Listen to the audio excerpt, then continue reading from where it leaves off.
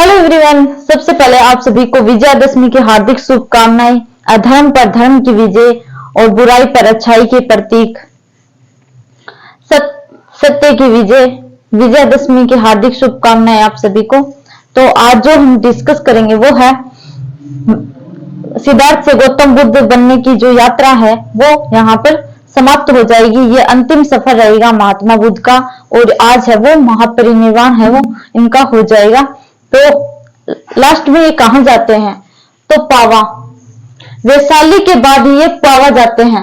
वैशाली के बाद बुद्ध है वो पावा जाते हैं वैशाली के बाद, और वहां पर बुद्ध की भेंट है वो चुंद नामक एक कर्मकार या फिर सुनार लोहार से होती है। देखो वैशाली के बाद ये है वो अब है वो पावा जाते हैं। तो यहाँ पर इनकी जो भेंट है वो एक चुंद नामक कर्मकार से होती है जो कि हाथ से कार्य करते हैं। चुंद के घर में बुद्ध है वो शुक्र मध्यम नामक एक भोज्य पदार्थ खाते हैं। चुंद के घर में है वो शुक्र मध्यम नामक एक भोज्य पदार्थ होता है वो खाते हैं। क्योंकि इस समय बुद्ध की आयु 80 वर्ष थी, अतः इनकी आंत इस भोजन को पचा नहीं पाती है और पेचिश बीमारी के कारण है पेचिश बीमारी हो जाती है इनको। तो चुंद नामक जो कर्मकार होता है उनसे इनकी भेंट हो वो पावा में होती है। तो चुंद के घर पे है ये लोग, जो बुद्ध है वो शुक्र मध्यम नामक एक भोज्य पदार्थ खाते हैं, और ये भोज्य पदार्थ खाने के बाद है वो महात्मा बुद्ध बीमार हो जाते हैं। क्योंकि इनकी आयु है वो इस वर्ष अब है वो 80 वर्ष हो चुकी है, तो जिस कारण इनको एक पेचिश नामक बीमारी हो जाती है। देखो इसके बाद बुद्ध पुनः कुशीनगर जाते हैं, जो वर्तमान में कुशीनगर है ना उत्तर प्रदेश में। इसके बाद बुद्ध है वो पुनः यहाँ पर देखो पावा में इनको बीमारी हो जाती है पेचिश नामक शुक्र मध्यम भोज्य पदार्थ से। इसके बाद बुद्ध है वो पुनः कुशीनगर जाते हैं, और यही कस्या नामक गांव में, कस्या नामक ये गांव है कस्या नामक गांव में 483 ईसा पूर्व में इनकी मृत्यु हो जाती है। तो भाई पावा में इनको बीमारी शुरू हुई पेचिश वाली, और फिर ये कुशीनगर जाते हैं।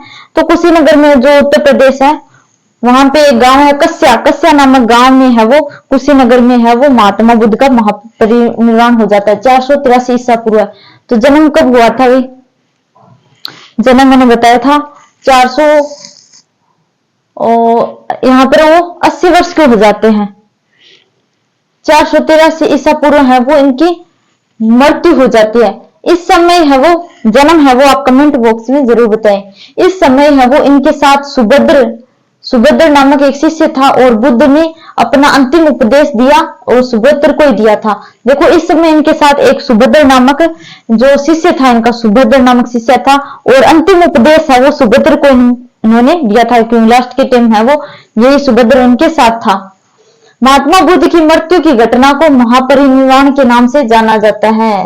अब देखो जब ये बीमार हुए यहाँ पर, तो इन्होंने अपने प्रिय शिष्य आनंद को बुलवाया। जब इन्हें पता था कि अब है वो मेरा है वो अंतिम समय आ गया है, तो इन्होंने अपने जो प्रिय था आनंद शिष्य उसको बुलाया और उनसे कहा कि मेरी मृत्यु के बाद ये जो दुनिया है वो चुंद को कोसेगी, क्योंकि मैंने उसके घर में भोज्य पदार्थ खाया था, इसी कारण मैं बीमार पड़ गया। लेकिन ऐसा नहीं है, क्योंकि मैं जानता हूं कि जब सुजाता ने मुझे खीर खिलाई थी, जब 5 ब्राह्मण मित्रों के साथ उस वक्त है वो मैंने खीर खाई थी। तो उस खीर खाने से क्या हुआ कि सुजाता ने वो मुझे खीर खिलाई थी, तो मुझे है वो संबोधि की प्राप्ति हुई थी। संबोधि यानी कि ज्ञान की प्राप्ति हुई थी, क्योंकि वो खीर खाकर ही मैंने है वो फिर ब्राह्मणों ने ये कहा कि आप तो इसको छोड़ ही नहीं पाए हैं, अभी भी आप है वो अच्छे जो भोज्य पदार्थ है वो खा रहे हैं। इसके बाद मैं उसके वशीभूत होकर और मैं आगे बढ़ा और मैंने तपस्या की। सुजाता के खीर के कारण ही मुझे है वो ज्ञान की प्राप्ति हुई या फिर संबोधि की प्राप्ति हुई, क्योंकि वहीं से है वो फिर है वो आगे चले जाते हैं दूसरी जगह, उरुवेला से बोध गया बिहार जाते हैं। तो वो कारण एक ये बना था, और चुंद का ये कारण बना है कि चुंद ने मुझे भोज्य पदार्थ खाकर मैं वो तथागत को निर्वाण को प्राप्त करूंगा। तथागत है वो निर्वाण को प्राप्त करेगा।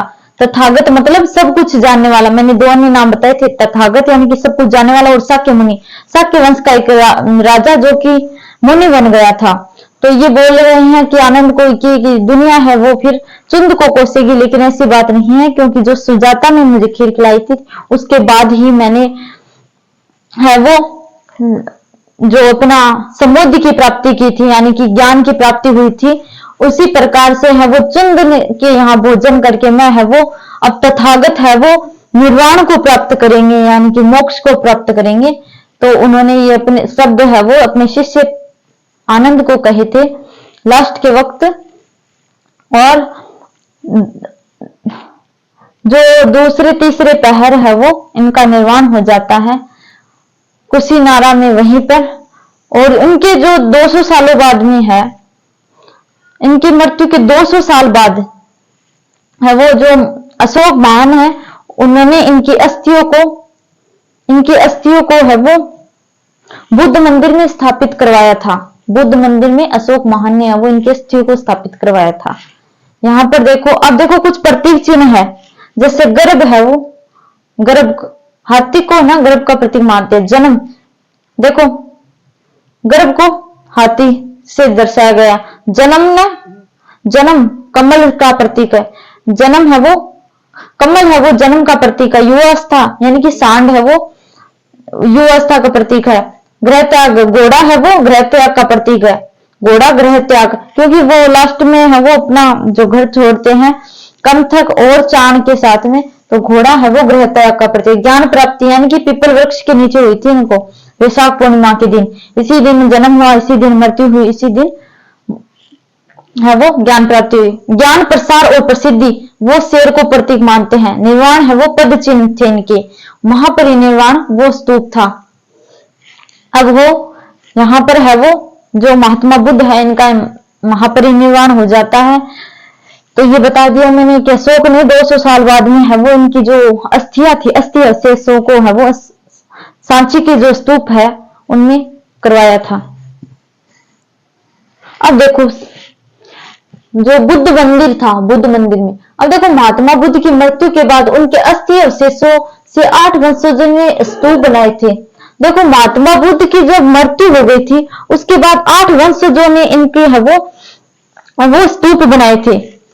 महात्मा बुद्ध की मृत्यु के बाद उनके अस्थि अवशेषों से 8 वंशजों ने स्तूप बनवाए थे, जो कपिल वस्तु के शाक्य थे, यानी कि ये खुद थे कपिल वस्तु के, ये तो थे शाक्य वंश के जो थे महात्मा बुद्ध। तो इनके वंशजों ने बनाए थे स्तूप। रामगाम के कोल्ली यानी कि इनके नानेरा था रामगाम में। इनकी माता कोल्ली वंश की कन्या थी। मगध नरेश अजात शत्रु ने बनवाया। लिच्छवी गणराज्य वाले ने बनवाए थे। पीपलिन के मौर्य ने बनवाए थे। अलकप के बुल्ली ने बनवाए थे और वेददीप के ब्राह्मणों ने बनाए थे और पावा के मलों ने बनाए थे। तो ये है वो 8 वंशजों ने है वो स्तूप बनाए थे। नानेरा वाला जो है रामगाम और कपिल वस्तु के साके इनके खुद, और मगध नरेश अजातशत्रु, लिच्छवी गणराज्य, पीपलीवन के मौर्य, अलकप के बुल्ली और वेददीप के ब्राह्मण और पावा के मल है वो, इन 8 वंशजों ने है वो इनके स्तूप बनाए थे। अब देखो प्रमुख बौद्ध समिति है, ये मोस्ट इंपोर्टेंट है, सारी याद करनी है। सबसे पहले देखो फर्स्ट 483 ईसा पूर्व, सेकंड 100 साल बाद में होती है 383 ईसा पूर्व,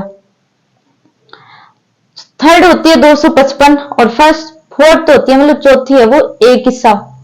अब देखो फर्स्ट देखो 483 ईसा पूर्व में राजगृह में महाकश्यप की अध्यक्षता में अजात शत्रु के शासनकाल में, ये जो हम महाजनपद पढ़े थे हमने, तो मैंने आपको बताया था राजगृह में अजात शत्रु ने वो फर्स्ट बौद्ध समिति का आयोजन करवाया था महाकश्यप की अध्यक्षता में, वो सातकर्णी गुफा में।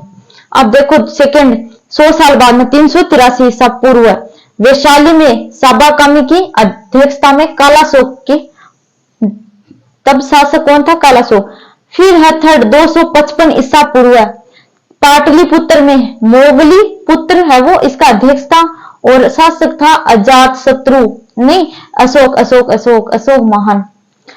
फोर्थ है वो 1 ईस्वी, अब ईस्वी स्टार्ट हो जाती है फोर्थ में 1 ईस्वी कुंडलवन जो कश्मीर है वहां पर वसुमित्र की अध्यक्षता में कनिष्क के शासनकाल में। तो यहाँ पर ट्रिक दी हुई है वो देखो भाई, राजा महाराजा आजा, राजा यानी कि देखो राजा महाराजा आजा, देखो राजा राजा महाराजा में से महाराजा आजा, ठीक है।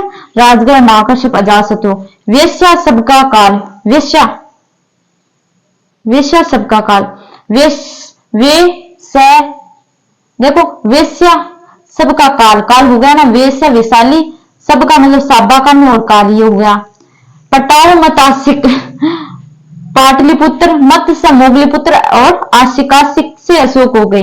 कुंवर जी कंगाल, कुं से कुंडलवन जी और वसुमित्र और कनिष्क, कैसे कंगाल से ये हो गया, जी से वसुमित्र कर लो है। तो ये थी बड़ी ट्रिक जो कि है 4 बौद्ध समितियां। प्रथम देखो 483 ईसा पूर्व राजगृह में महाकश्यप की अध्यक्षता में किसने करवाई थी, तो ये करवाई थी भाई अजातशत्रु ने, ठीक है।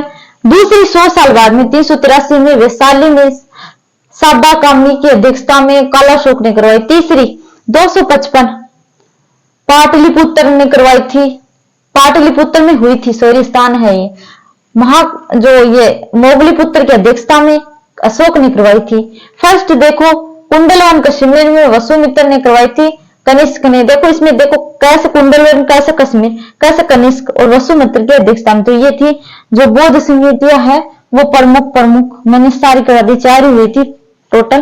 तो जो नेक्स्ट क्लास में हम है वो बौद्ध धर्म के पतन के कारण है वो डिस्कस करेंगे, उसके बाद हमारा है वो बौद्ध धर्म पूरा कंप्लीट हो जाएगा। मैंने फुल डिटेल में आपको है वो एक एक चीज महात्मा बुद्ध की बताई है, कुछ भी नहीं छोड़ा है, इससे ज्यादा कुछ नहीं आएगा आपको है। अगर आप किसी भी एग्जाम की तैयारी करते हैं इतने पर्याप्त है, इतना इनफ है।